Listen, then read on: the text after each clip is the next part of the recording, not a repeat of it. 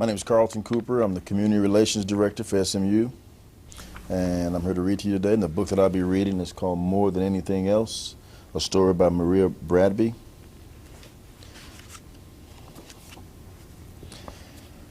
Before light, while the stars still twinkle, Papa, my brother John, and I leave our cabin to take the main road out of town, headed to work.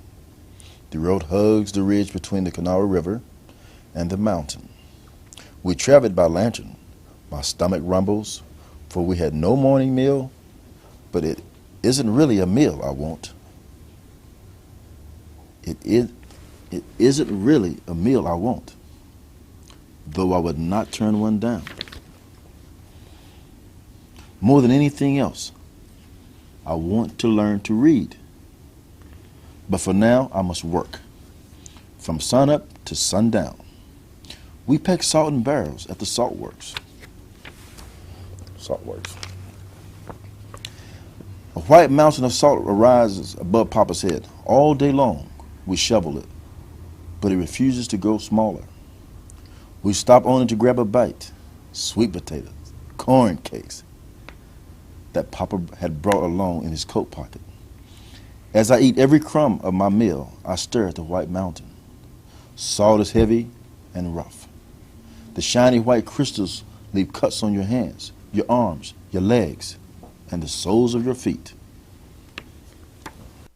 My arms ache from lifting the shovel, but I do not think about the pain. I think about the hunger still in my head. Reading. I have seen some people, young and old, do it. I am 9 years old, and I know if I had a chance, I could do it too. I think there's a secret in those books. In the chill of evening, I follow Papa and John back up the road, stopping to catch a frog. The frog wiggles and slips, but I hold tight and let go when I want to.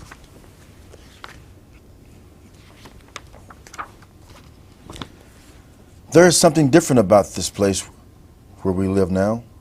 All people are free to go where they want and do what they can. Book learning swims freely around in my head, and I hold it long as I want. Back in town, coal miners, rivermen, loggers, coopers gather on the corner. They're worn out as me, but full of tales.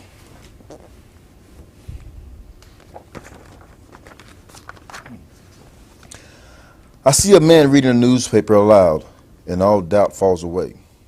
I have found hope as it is, brown as me. I see myself, the man, as I watch his eyes move across the paper.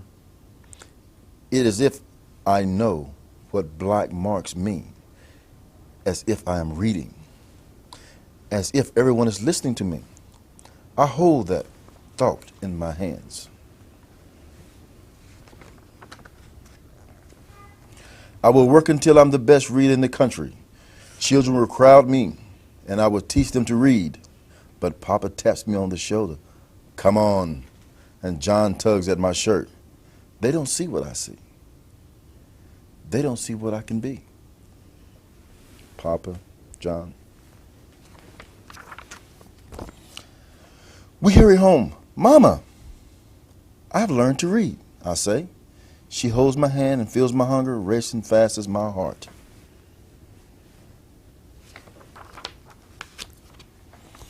It is a small book, the blue color of midnight. She gives it to me one evening in the corner of our cabinet, pulling it from under the clothes that she washes and irons to make a little money. She doesn't say where she got it. She can't read it herself, but she knows this is something called the alphabet. She thinks it is a singy kind of thing, a song on paper. That's the book she gives him. After work, even though my shoulders still ache and my legs are stained with salt, I study my book. I stare at the marks and try to imagine their song. Study this book. I draw the marks on the floor and try to figure out what sounds they make, what story their pictures tell.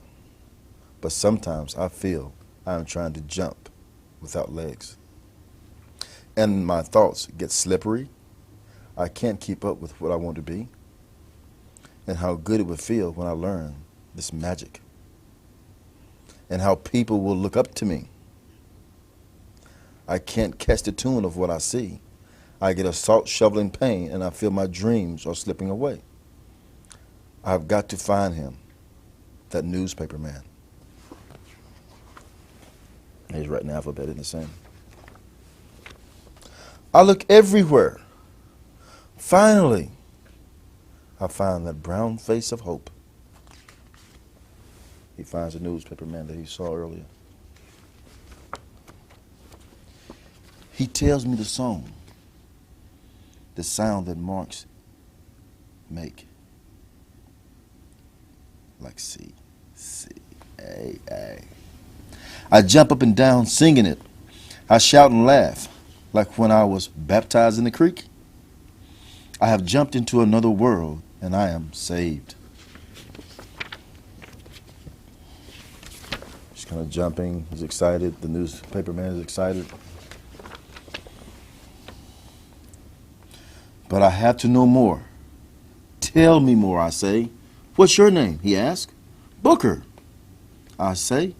And he takes the sound of my name and draws it on the ground. Booker. I linger over the picture, and I know I can hold it forever. Booker. Thanks so much, guys.